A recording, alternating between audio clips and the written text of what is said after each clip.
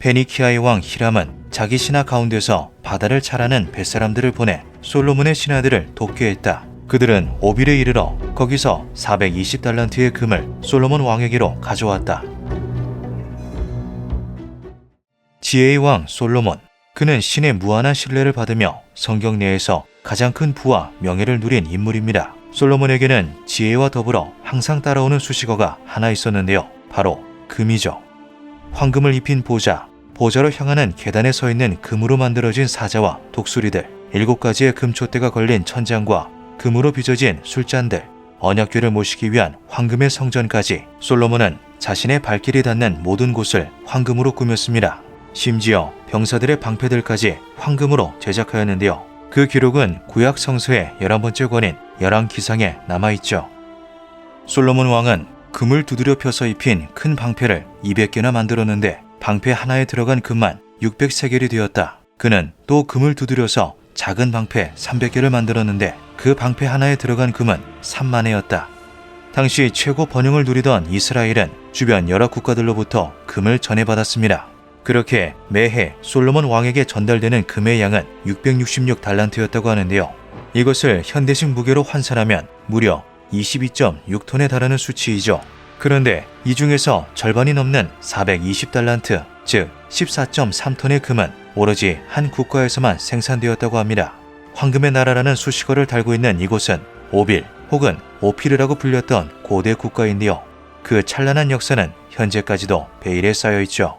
오빌의 자손 샌드가 그들의 왕이 되었으니 그가 금으로 오빌을 건축하라 명하자 나라에 있는 모든 돌이 곧 금이 되었느니라. 성경에서 주로 언급되는 고대 국가 오빌은 나라 전체가 거대한 금강이나 다름없었습니다. 오죽하면 섬을 이루는 모든 것이 금으로 이루어졌다는 말이 들려왔을 정도였는데요. 금의 품질 또한 매우 뛰어나 무역가들 사이에서는 순금보다 더 쳐주는 것이 오빌의 금이라는 이야기도 돌았다고 하죠. 뿐만 아니라 오빌은 각종 귀금속의 원산지이자 백단목, 공작새와 같은 희귀종의 서식지이기도 했습니다. 이 또한 오빌의 주요 무역품들이었는데요. 솔로몬을 포함하여 여러 나라의 왕들이 부를 과시하기 위해서 앞다투어 들여오던 것들이었죠. 오빌에서부터 금을 싣고 온 히람의 배들은 많은 백단목과 보석을 가지고 왔는데 왕은 이 백단목으로 여호와의 성전과 왕국의 계단을 만들고 합창단원이 쓸 수금과 하프를 만들었다. 이와 같은 나무는 전에도 들여온 일이 없었고 오늘날까지도 보지 못했다. 이렇듯 오빌은 값비싼 귀금속과 희귀한 생물들이 넘쳐나던 환상 속에서나 등장할 법한 나라였습니다. 실제로 학자들은 오빌에 대해 실질적인 위치가 드러나지 않은 성경 속 장소일 뿐이라며 그저 신화의 일부분이라고 주장하기도 했는데요. 역사적으로 많은 탐험가들이 오빌을 찾아 나서고 추측해 보았지만 명확한 실체가 드러나지 않았던 것은 사실이었죠. 15세기 이탈리아 제노바 출신의 탐험가였던 크리스토퍼 콜럼버스는 성경 속 신비로운 황금의 나라를 접하고 흥미를 느끼게 됩니다. 그는 오빌을 찾기 위해서 1세기 때의 유대인 역사가 플라비우스 요세푸스의 고대 자료를 연구하는 등 열의를 보였는데요. 1492년 출정에 나선 콜럼버스는 성경 속 배들이 항해에 출발한 시각과 도착한 시각을 토대로 오빌의 위치를 유추하려고 했죠. 그렇게 정한 항로를 따라서 정해진 시일에 딱 맞춰 도착하는 곳이 바로 오빌이라는 추론이었습니다. 그렇게 그가 도착한 곳은 현지의 아이티, 도미니카 공화국이 위치해 있는 히스파니올라 섬이었는데요. 하지만 섬에 상륙해 추가 조사를 이어간 그는 성경 기록과는 다른 섬의 모습에 자신의 생각이 틀렸다는 것을 알게 되죠. 1502년 콜럼버스는 오빌을 찾기 위한 두 번째 여정에 나섭니다. 그는 중앙아메리카의 어딘가에서 그 실체를 발견, 그때까지도 남아있던 놀라울 정도의 불을 배에 가득 싣고 위대한 발견에 대한 소감을 기록하였다고 하는데요. 하지만 어째서인지 이 기록은 후대까지 전해지지 않았고 콜럼버스가 찾았다는 오빌은 끝내 미스터리로 남고 말죠. 16세기 초 포르투갈의 빈센트 페가도 대령은 탐험을 위해 아프리카로 떠납니다. 그는 문명의 손길이 채 닿지 않았던 내륙 깊숙한 곳까지 들어가는데요. 그는 그곳에서 엄청난 크기의 고대 유적지를 발견하게 되죠. 1531년 빈센트는 저서를 통해 당시의 상황을 이렇게 전하였습니다. 림포포 강과 잠베지 강 사이의 평원에 금강이 있는데 이곳에 엄청난 규모의 석조 요새가 있다. 구조물은 언덕에 둘러싸여 있으며 여러 개가 존재한다. 원주민들은 높게 솟은 석탑들을 신바오에라고 부르는데 이것은 현지어로 궁전을 의미한다. 하지만 아프리카 깊숙한 곳이라는 지리적 특성 등으로 인해 해당 유적지에 대한 추가 탐사는 이루어지지 않았고, 그렇게 세월이 흐르며 신바오에는 잊혀지게 됩니다. 이것이 다시금 주목받기 시작한 것은 19세기에 들어서였는데요. 1868년 미국의 탐험가였던 아담 랜더스는 아프리카 여행 중 이곳을 방문하게 되고 독일의 지리학자였던 칼 마우흐에게 해당 유적지를 소개합니다. 1871년 직접 유적을 찾은 마우흐는 놀라운 크기의 고대 도시를 돌아보고선 이렇게 확신하죠. 성경에 나오는 전설적인 황금 도시 오빌은 바로 이곳이었을 것이다. 고대 문명이 자리했던 나라는 현재 짐바브웨였습니다. 짐바브웨가 위치한 동아프리카는 오빌이 존재했을 거라고 추정되는 위치 중 한 곳이기도 했는데요. 솔로몬의 배가 홍해에서 출항했다면 동부 아프리카에 닿았을 확률이 매우 컸기 때문이죠. 이에 더해 1500년대 빈센트 페가더 대령이 남긴 기록에 금강이 포함되어 있었다는 사실은 이 문명이 먼 과거부터 풍족한 금을 사용했다는 점을 시사하기도 했습니다. 아프리카의 산지에 있는 다양한 유적지들 중 가장 크고 오래된 것이라 추정되는 이곳은 이후 그레이트 짐바브웨라는 명칭으로 불리게 됩니다.